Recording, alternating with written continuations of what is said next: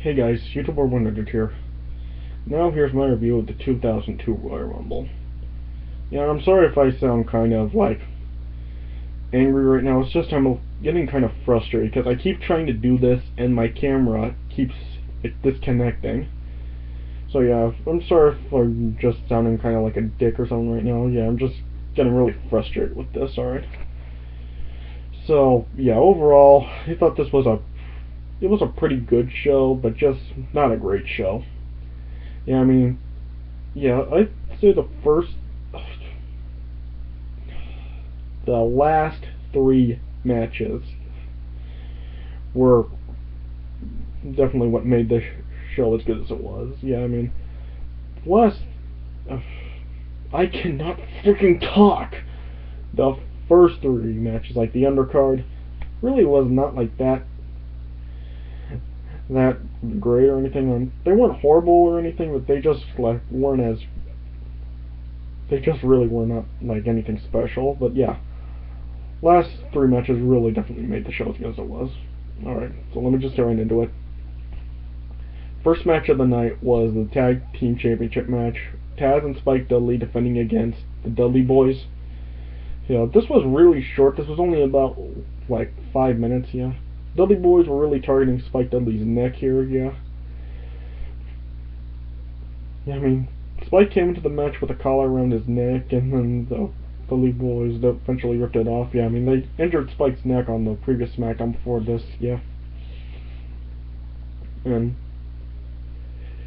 yeah. Yeah, and they were just doing whatever they could to get Spike in, keep Spike in the match, yeah. And when he tried to make a tag to Tazz, Devon distracted the referee, and the referee didn't see Spike make the tag, yeah. But then eventually Tazz did get tagged in. He took out both the Dudleys, yeah. One point in the match, Spike tried to give Devon the Dudley dog, but Devon threw Spike out of the ring, yeah.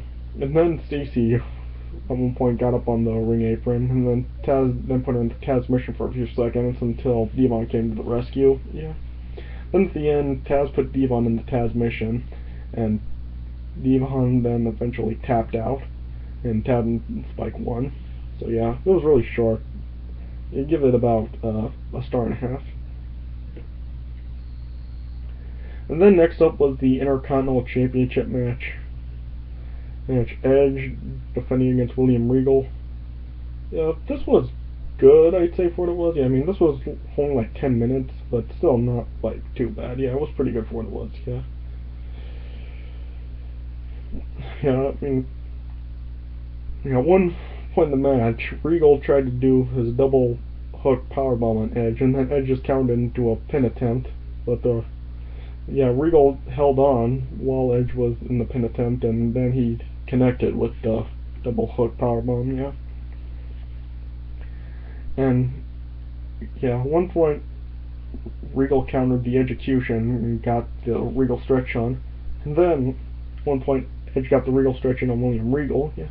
Then at one point, while they were on the ring apron, Regal tried to do his double hook powerbomb to Edge down to the floor, but Edge countered and gave Regal the execution on the floor. Yeah. Then at the end of the match, Edge tried to spear Regal, but Regal pulled out the nuts, and then Regal pulled the referee in front of the way of the spear, and the referee also got hit in the back with the nuts, and then Regal then nailed Edge with the nuts, and then won. So yeah, it was pretty good. I give it about 3 1/4.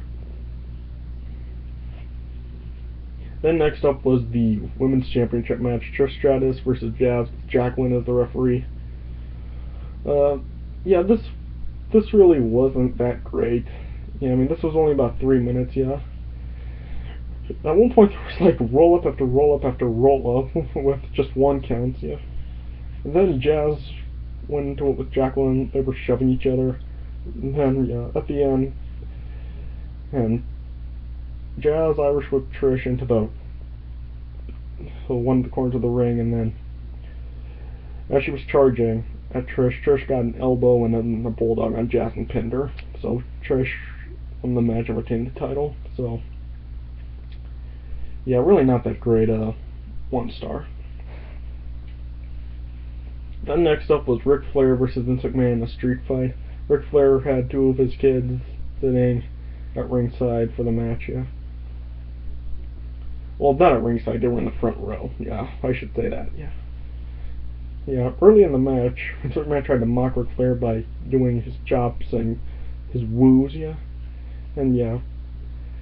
Well, Vince McMahon nailed Ric Flair really hard with a sign.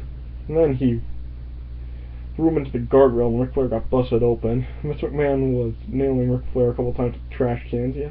Then he took Ric Flair over to his kids. He grabbed their camera, and then he took a picture of himself, and he was going to take a picture of Ric Flair bloody, but I thought he was going to, like, smash the camera over Ric Flair's head, yeah. And then, yeah, he got the figure 4 on Ric Flair, and Ric Flair then turned it over. And when Vince McMahon tried to hit Ric Flair with a lead pipe, Ric Flair gave Vince McMahon a low blow. And then Vince McMahon got hit in the face with a monitor by Ric Flair, and then he got busted open. And then Ric Flair took Vince McMahon back over to his kids, and they took a picture of Vince McMahon bloody. And then, at the end, Ric Flair put Vince McMahon in the figure 4 and got him to tap out. And Ric Flair won. Yeah, so, really good, pretty good match right there. I give it about 3.5 stars. And then we got the Undisputed Championship match. Chris Jericho defending against The Rock. Yeah, this was a really good match right here. I think the Rock-Chris Jericho feud was actually really underrated. Yeah, they had two really great matches at No Mercy and Vengeance in 2001. This match wasn't really as great as those other two, but yeah, this was still a really good match right here, yeah. There was a lot of good back and forth action between both of them, yeah. Chris Jericho removed the padding from the top turnbuckle in this match, yeah. And yeah. Yeah, and then Chris Jericho tried to do a high-flying maneuver on The Rock, but The Rock caught Chris Jericho and got him in the sharpshooter. And then Lance Storm and Christian came out. Lance Storm got in the ring apron, distracted the referee. Chris Jericho tapped, the referee didn't see it. Then Christian tried to hit The Rock with the European title, but The Rock was able to dodge it, and he got rid of both Christian and Lance Storm. Yeah. And then both announced it was taking apart. Chris Jericho tried to give The Rock a rock bottom on the Spanish announce table, but The Rock countered and gave Chris Jericho rock bottom through Jerry and King's announce table. And then he got Chris Jericho back into the ring, tried to pin him, but Jericho survived. Yeah. And then The Rock accidentally nailed the referee when he was charging at Jericho, and Chris Jericho got out of the way. Yeah, and then Chris Jericho nailed The Rock with the WWF Championship. Yeah. And then, yeah. And then, yeah, yeah, and then another referee came down, and The Rock had Chris Jericho won with the DDT, but the referee refused to make the count, and The Rock bottomed the referee. And then The Rock gave Chris Jericho a spinebuster and people's elbow. Yeah, there was no referee, and as The Rock was trying to get the other referee back, Chris Jericho gave The Rock a low blow, then threw his face into the exposed steel, the turnbuckle, and then pinned The Rock with his feet on the ropes. But it was really kind of a weird pin. Like, the referee used one of his hands for the 1, then used his other hand for the 2 and 3. So yeah, kind of weird, but yeah, still a really good match right there. I give that 3 3/4. And then we got the Royal Rumble match. Yeah, this was kind of, they made it seem like just the big stars dominated this Royal Rumble. Like, anytime a big star came out here, it was just like they were dominant. They cleared the ring of everyone else, so, yeah. And this Royal Rumble match may also known for all the returns. Yeah, I mean, Goldust, the Godfather, Val Venis, and Mr. Perfect all returned at this Royal Rumble. Yeah, so let me just get into the Royal Rumble match, yeah. First two started off were Rikishi and Goldust. Yeah, Rikishi tried eliminating Goldust a couple times, threw him over the rope, but Goldust's feet didn't touch the floor. Then next entrant was the Big Boss Man, and Big Boss Man and Goldust teamed up on Rikishi. Then Bradshaw came out, and Rikishi gave the Big Boss Man the stink face and eliminated him. And then, yeah, Lance Storm came out, and Al Snow, and Billy Gunn. And then Lance Storm got eliminated by Al Snow, as they both were, like, teetering on the ring apron, yeah. And then as Bradshaw was trying to eliminate Goldust, Billy Gunn popped up from behind and eliminated Bradshaw. And then next up was The Undertaker, and yeah, as I said, he cleared the ring of everyone in the match. Yeah, he eliminated Goldust, Al Snow, Rikishi, and Billy Gunn, yeah. Then both of the Hardy Boys were the next two entrants, and Lita came up with them also, and they were teaming up on Undertaker, and Lita then just was pulled out of the ring by the referees. Yeah. But then The Undertaker eventually did eliminate both of the Hardys. Yeah. Then the next entrant was Maven. Undertaker was going to easily eliminate him, but yeah, both of the Hardys were just still going after Undertaker. Undertaker got them out of the ring again. Maven recovered and dropkicked Undertaker over the ropes and eliminated him. Then afterwards, The Undertaker just beat the crap out of Maven. You know what I mean? He gave a huge chair shot to Maven, and yeah, you just should see the dent in the chair. Yeah. And then the next entrant, Scotty Too Hotty, came out as he was dancing out, and then Undertaker just gave him one blow, and he went down, yeah. Then Undertaker threw Maven over the ropes, but yeah, no one really knew if he was eliminated or not, because yeah, Undertaker wasn't officially in the match. Yeah, then it spread it out into the crowd with the Undertaker and Maven, and then they went to the concession area where Undertaker threw Maven head first through a popcorn machine. Yeah, and like security really needed to like actually be pushing fans back so they couldn't get involved in that. Yeah, and as that was happening, the next entrant, Christian, then in the match, yeah. And as he was waiting for Scotty to get in the ring, as he was recovering from that blow from the Undertaker, he was just like laying on the ring ropes, yeah. Then Scotty eventually did get in the ring, him and Christian went at it. Then the next entrant, DDP, came in, yeah. Then the three of them went at it. And right after Scotty got the worm in on Christian, DDP eliminated him. Then the next entrant was Chuck Palumbo, and then yeah, the three of them went at it. And then the next entrant was the Godfather. Yeah, and as he was coming out, he was dancing around with his ladies, yeah. I really wish that something like that would have happened last year at the Royal Rumble when I was there live. I mean, I really would have liked to see something like that live. Yeah, and as that was taking place, DDP got eliminated from the match, yeah.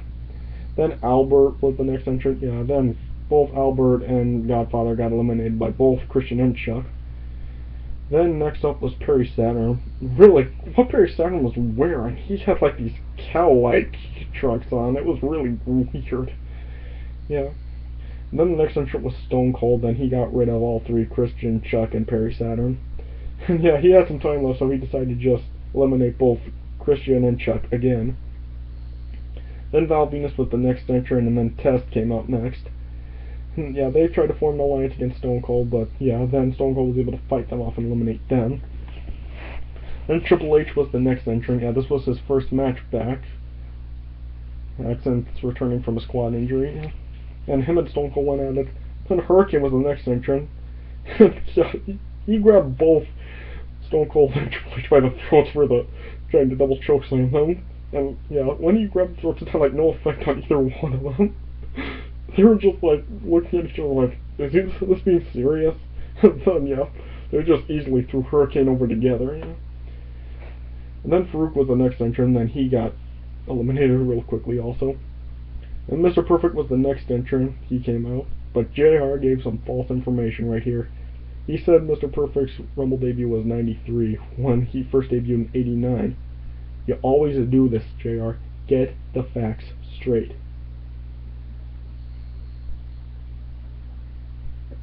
And then, yeah, Kurt Angle was the next entrant, yeah. And then, yeah, he went at it. And the fans were trying to antagonize Kurt Angle, saying, chanting, you suck and what? Yeah, then the next couple entrants, Big Show and Kane came out. And then, yeah, Kane then eliminated Big Show by lifting him and throwing him over the ropes, yeah. Then Kane got a stunner and an angle slam over the ropes. And then he got eliminated. Then RVD was next. He was on fire, but then he got a pedigree from Triple H, and then he never recovered from that. So then entrant number 30, Booker T, then easily eliminated him. And as he was doing his spinner-rooney, Stone Cold gave him the stunner, and yeah, he got eliminated. Then it was down to Stone Cold, Triple H, Mr. Perfect, and Kurt Angle again. And then, as Stone Cold was trying to eliminate Mr. Perfect, Kurt Angle eliminated him. Yeah, and then Stone Cold, before he left, he gave chair shots to all three, Mr. Perfect, Kurt Angle, and Triple H. And Mr. Perfect and Kurt Angle were trying to form an alliance on Triple H. As Mr. Perfect was holding Triple H, Kurt Angle accidentally clotheslined Mr. Perfect because Triple H ducked. Then Mr. Perfect gave Kurt Angle the perfect plex and snapped his neck. But then Triple H then eliminated Mr. Perfect. Then it was down to Triple H and Kurt Angle, who were going at it for a couple more minutes. And yeah, Kurt Angle thought he won when he threw Triple H over the ropes, but he didn't go down. Kurt Angle was celebrating, but then Triple H got back in the ring, gave Kurt Angle a facebuster, and eliminated him. And Triple H was the winner of the 2002 Royal Rumble. So yeah, pretty good Royal Rumble. Give it about 3.5 stars. Overall, the show, I give it about a 7.5 out of 10. Yeah, as I said, the last 3 matches really made it that good. Undercard really not too great, but just not horrendous. But yeah, overall, still a really enjoyable show. So yeah, if that does it for my review of the 2002 Royal Rumble. Yeah, so hope you guys enjoyed this one. Thanks for watching. I'll see you guys later.